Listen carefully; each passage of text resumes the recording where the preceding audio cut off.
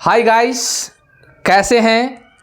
उम्मीद है कि स्वस्थ होंगे, मस्त होंगे, ज़बरदस्त होंगे। तो आप लोग जो है देख रहे हैं कि समय आप लोग का जो है बहुत ही नज़दीक आ चुका है। नहीं, बहुत ही नज़दीक आ चुका है और आपके पास अगर देखा जाए तो मिनिमम कम से कम 60 दिन बचा हुआ है। कम से कम की बात बोल रहे हैं, अधिक से अधिक तो बहुत बचा हुआ है आपके पास। नहीं तो आप जो तैयारी कर रहे हैं, कैसे कर रहे हैं, नहीं कर रहे हैं, वो आप पे निर्भर करता है। लेकिन आज भी अगर आप सतर्क हो जाते हैं तो आपसे बेटर कोई नहीं होगा। तो जैसा कि आप पिछले वाला वीडियो देखे होइएगा, उसमें हम जो है पार्टनरशिप से रिलेटेड, कंपनी से रिलेटेड आपको हम जो मोस्ट बीबीआई क्वेश्चन है, जो क्लास 12 का 2026 में जो है एग्ज़ाम होगा, उसमें जो मोस्ट बीबीआई क्वेश्चन जो अकाउंट से रिलेटेड है, उसको हम आज बताने का प्रयास करेंगे। और एक दो वीडियो में भी डाले हैं आपको, जो कि आप अगर पढ़े होइएगा ठीक से तो आपको वहाँ से भी समझ में आ गया होगा कि इम्पॉर्टेंट क्वेश्चंस कौन है, लिखने कैसे, लिखने का तरीका क्या होता है, टाइम टेकिंग क्या होता है, कि कम से कम समय में, अधिक से अधिक समय में शॉर्ट क्वेश्चन कैसे लिखेंगे, लॉन्ग क्वेश्चन कैसे लिखेंगे, इस सारे चीज़ को हम लोग बताने का प्रयास करते हैं। नहीं, और आपको जो है दो वीडियो में आपको हम बताए हुए थे, और फिर आपके सामने ही हम आपके सामने आप देख रहे हैं कि अकाउंट का जो है मोस्ट वीवीआई क्वेश्चन को लेकर हम आए हैं। तो जितना भी क्वेश्चन दिए हैं, लगभग 6-7 क्वेश्चन है, ये शॉर्ट क्वेश्चन बता रहे हैं। कौन क्वेश्चन बता रहे हैं? शॉर्ट क्वेश्चन बता रहे हैं। और शॉर्ट क्वेश्चन में जो भी क्वेश्चन है वो मोस्ट वीवीआई क्वेश्चन है, और इसे समझने का प्रयास करेंगे आप। कोई दिक्कत? क्या करेंगे? समझने का आप इसको प्रयास करेंगे, याद नहीं करेंगे। याद करेंगे तो आप जो है जिंदगी में कभी भी इसको पूरा हासिल नहीं कर सकते हैं।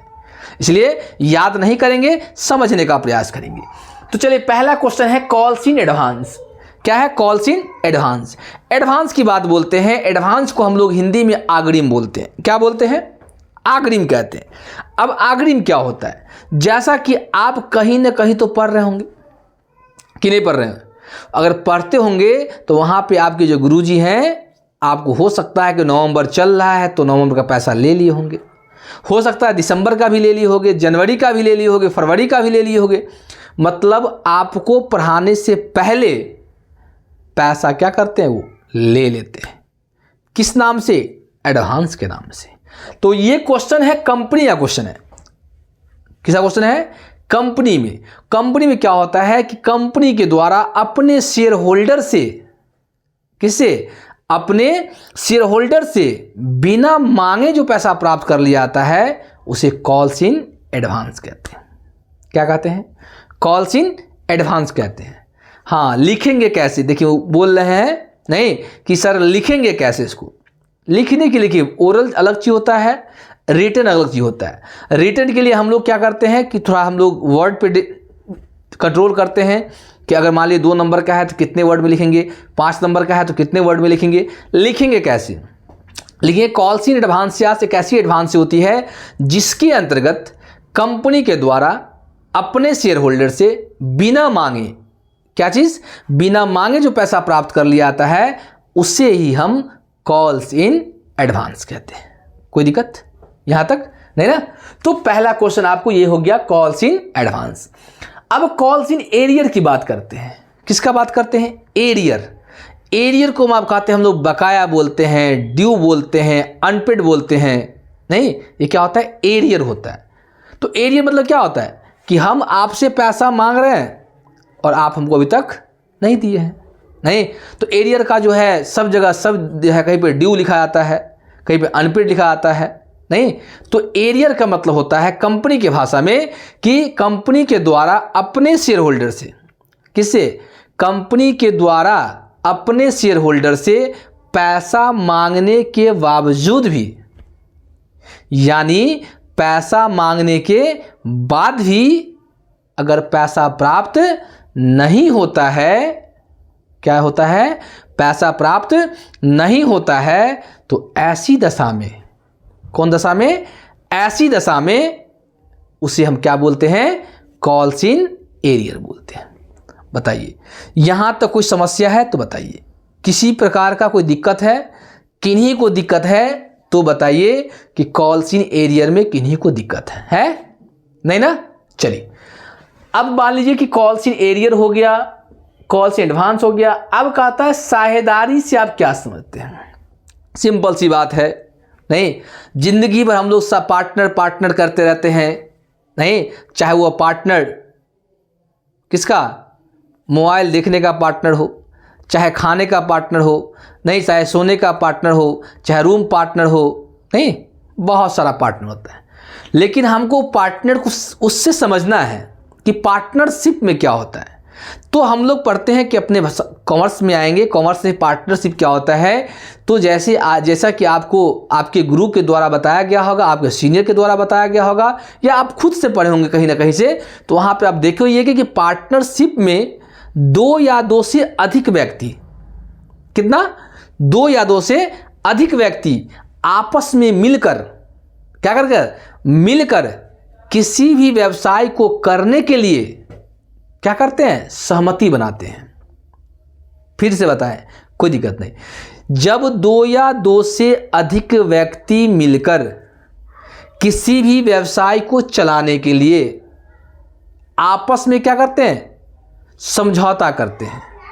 क्या करते हैं, आपस में समझौता करते हैं, पूंजी लगाते हैं, नियंत्रण करते हैं, जोखिम उठाते हैं और लाभ बांटने का निर्णय लेते हैं। उसे क्या बोलते हैं, उसे ही हम क्या, साझेदारी कहते हैं। क्या कहते हैं, साझेदारी कहते हैं। और साझेदारी में क्वेश्चन पूछा जाता है ऑब्जेक्टिव में कि साझेदारी व्यवसाय में साझेदारों की मिनिमम संख्या कितना होता है। तो मिनिमम 2 और अभी 2013 के अनुसार मैक्सिमम कितना, 200। कोई दिक्कत, यहां तक दिक्कत है तो बोलिए, है नहीं। चलिए तो साझेदारी हम समझे। अब कहता है त्याग अनुपात क्या है, त्याग अनुपात कैसे निकाला जाता है। अब देखिए त्याग अनुपात का मतलब होता है सेक्रीफाइस रेशियो। नहीं, अब त्याग मतलब क्या होता है, त्याग मतलब जैसा कि आप जानते हैं कि घर में भी कभी कभी आपसी मतभेद होता है, माता पिता के द्वारा आपको कहा जाता है कभी कि जाओ तुमको त्याग दिए हम, तुमको लेना देना नहीं है। मतलब त्याग देने का मतलब कि उनसे अलग हो जाना। नहीं, कभी कभी बच्चे भी माँ बाप को त्याग देता है, नहीं त्याग देता है, वो सेक्रीफाइस कहलाता है। तो यहाँ पे हम लोग कैसे लिखेंगे, तो सेक्रीफाइस क्या है, यहाँ पर क्या होता है कि यहाँ पर ये क्वेश्चन पार्टनरशिप का है। किसका, पार्टनरशिप का है। तो सेक्रीफाइस क्या होता है कि जब कोई पुराना साझेदार, कौन साझेदार, पुराना साझेदार यानी ओल्ड पार्टनर, जब अपने हिस्से का, किसका, अपने हिस्से का कुछ भाग, अपने हिस्से का कुछ भाग या पूरा भाग जब नए साझेदार के पक्ष में दे दिया जाता है, क्या किया जाता है, दे दिया जाता है, तो ऐसी दशा में हम लोग क्या करते हैं, उसको सेक्रीफाइस कहते हैं। जैसे मान लीजिए ए और बी 2 पार्टनर है और सी नया पार्टनर प्रवेश किया है और बोला है कि हम ए और बी से इतना इतना लेंगे, और ए और बी अपने हिस्से का जो शेयर वो डिमांड कर रहा है वो शेयर अगर दे दिया जाता है तो उसको क्या बोलते हैं, सेक्रीफाइस रेशियो। कोई दिक्कत। अब कहता है क्वेश्चन कि सेक्रीफाइस रेशियो यानी त्याग अनुपात कैसे निकालते हैं। तो त्याग अनुपात निकालने के लिए हम लोग फॉर्मूला का यूज करते हैं। कौन formula, sacrifice ratio. Sacrifice ratio formula क्या होता है, old ratio minus new ratio, क्या होता है, सेक्रीफाइस रेशियो। तो सेक्रीफाइस रेशियो का हम लोग यही फॉर्मूला यूज करते हैं कि ओल्ड में से अगर न्यू को हम लोग हटाते हैं तो सेक्रीफाइस होता है। इसमें एक और फॉर्मूला पढ़े होइएगा गेनिंग रेशियो का। तो गेनिंग रेशियो फॉर्मूला होता है क्या, new ratio minus old ratio. याद है कि नहीं याद है, ये भी होता है गेनिंग रेशियो का। समझ में आया। तो उम्मीद है कि ये समझ में क्वेश्चन आपको आया होगा। कि नहीं आया है, सो कहिए। यहाँ तक कि नहीं कोई समस्या है तो बताइए, कोई समस्या है? नहीं। अब अगला क्वेश्चन क्या है, गुडविल की बात बोलता है। किसका बात बोलता है? गुडविल का बात।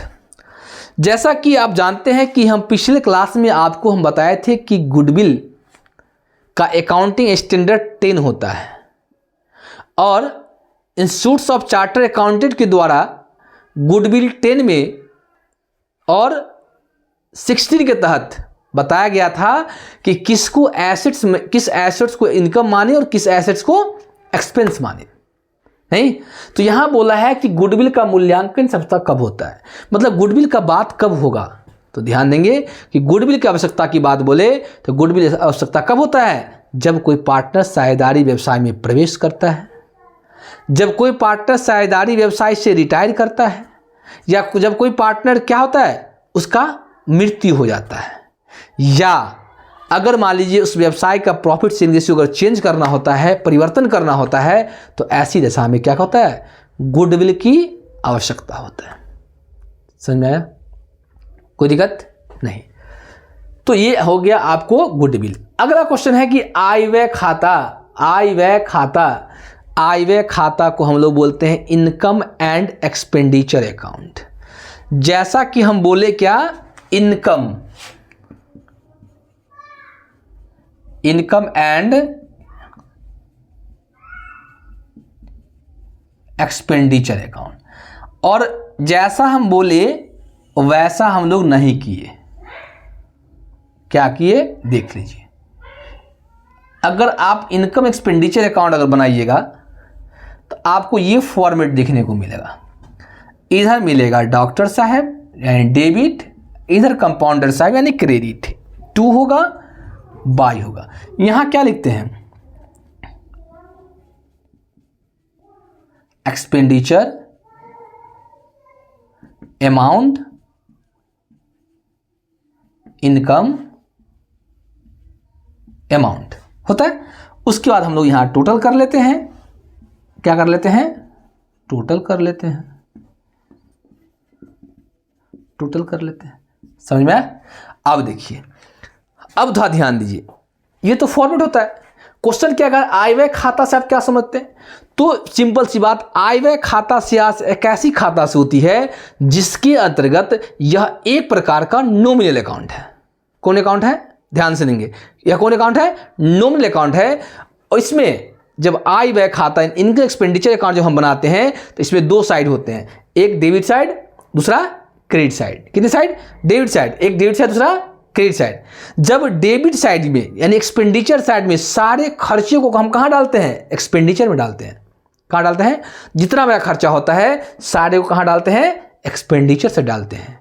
और जितना मेरा इनकम होता है उसको कहां डालते हैं? ये इनकम साइड यानी क्रेडिट साइड। और जब इसको हम लोग बंद करते हैं, किसको? इनकम एंड एक्सपेंडिचर अकाउंट को जब हम लोग बंद करते हैं तो बंद करने समय क्या निकल के आता है? सरप्लस या डिफिसिट।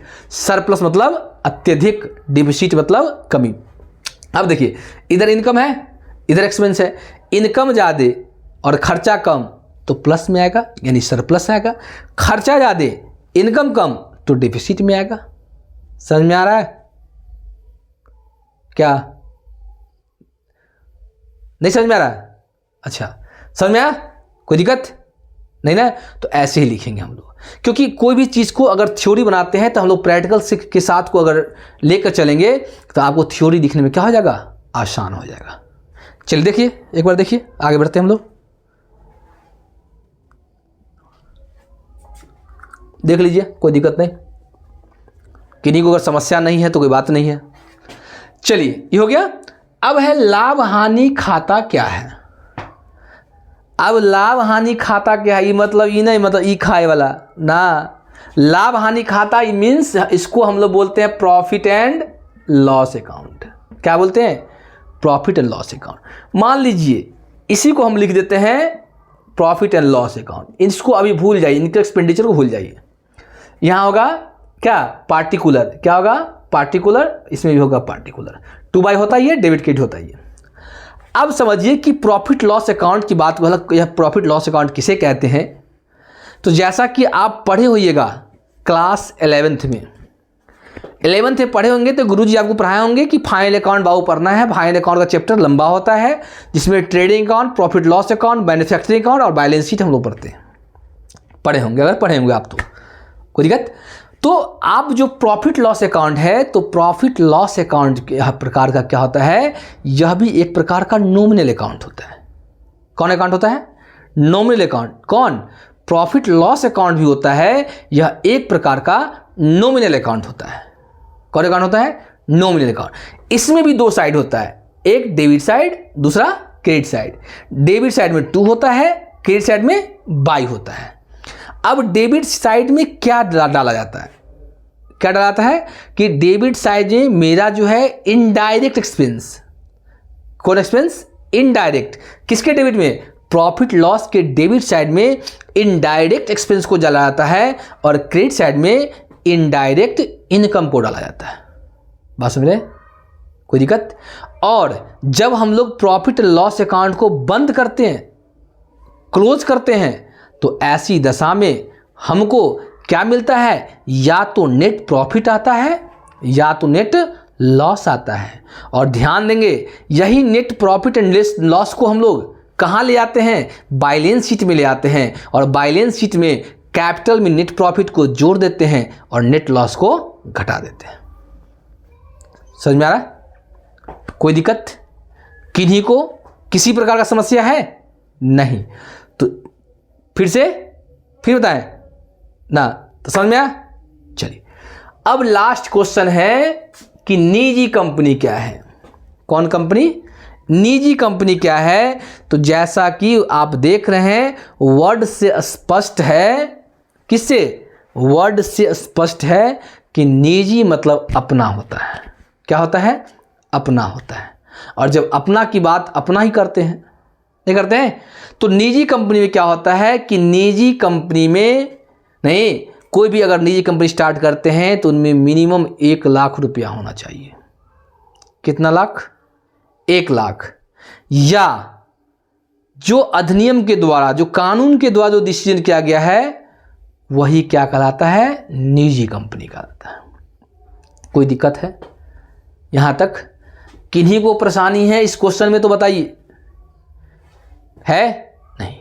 तो ध्यान दीजिए, ये क्वेश्चन जो है ऐसे आपको हम समझाए हैं और आप भी समझने का प्रयास किए हैं। बहुत खुशी की बात है कि आप समझ रहे हैं। नहीं, कोई भी क्वेश्चन को अगर आप समझते हैं तो अभी क्या आपको एग्जामिनेशन हॉल तक आप नहीं भूल पाएंगे। लेकिन आप कोई क्वेश्चन को रटते हैं, याद करते हैं, तो स्वाभाविक सी बात है उसको आज न कल आपको भूलना होगा। अगर नहीं भूलना है तो आपको समझना होगा। और अभी से कंटिन्यू आप बने रहिए हमारे साथ। नहीं, आपका जो अकाउंट का जितना भी मोस्ट वीवीआई क्वेश्चन है, सारे क्वेश्चन को हम बताने का जरूर प्रयास करेंगे। चाहे वो अकाउंट हो, चाहे वो ईपीएस हो, चाहे वो बीएसटी हो, चाहे वो इकोनॉमिक्स हो, इस सारे क्वेश्चन को हम जरूर आपको हम बताने का प्रयास करेंगे। और कोई समस्या है तो स्क्रीनशॉट लेना, ले लीजिए, कोई दिक्कत नहीं है। स्क्रीनशॉट ले लीजिए, कोई दिक्कत नहीं है। नहीं, देख लीजिए, लेना है तो कोई दिक्कत नहीं है। चलिए, हम लोग जो है फिर हम लोग नेक्स्ट क्लास में हम लोग इससे आगे पढ़ेंगे। फिलहाल आप लोग जो है इसको जो है रिवीजन करते रहिए, पढ़ते रहिए, मुस्कुराते रहिए। लेकिन ध्यान देंगे, जिन व्यक्ति को मेरे वीडियो से अगर आपको थोड़ा भी बेनिफिट हो रहा है, लग रहा है कि नहीं कुछ समझ में आ रहा है, तो वीडियो को शेयर करते रहिए, एक दूसरे के साथ शेयर कीजिए, लाइक करें। और जो इस चैनल पे नए हैं, कृपया करके इस चैनल को आप सब्सक्राइब करें और बेल आइकन को दबाना न भूलें, क्योंकि जब कभी भी वीडियो अपलोड होगा तो आपके पास नोटिफिकेशन चला जाएगा। तो उम्मीद करते हैं कि आप समझ में आ गया होगा। तो चलिए, क्लास को हम यही एंड करते हैं। जय हिंद, जय भारत।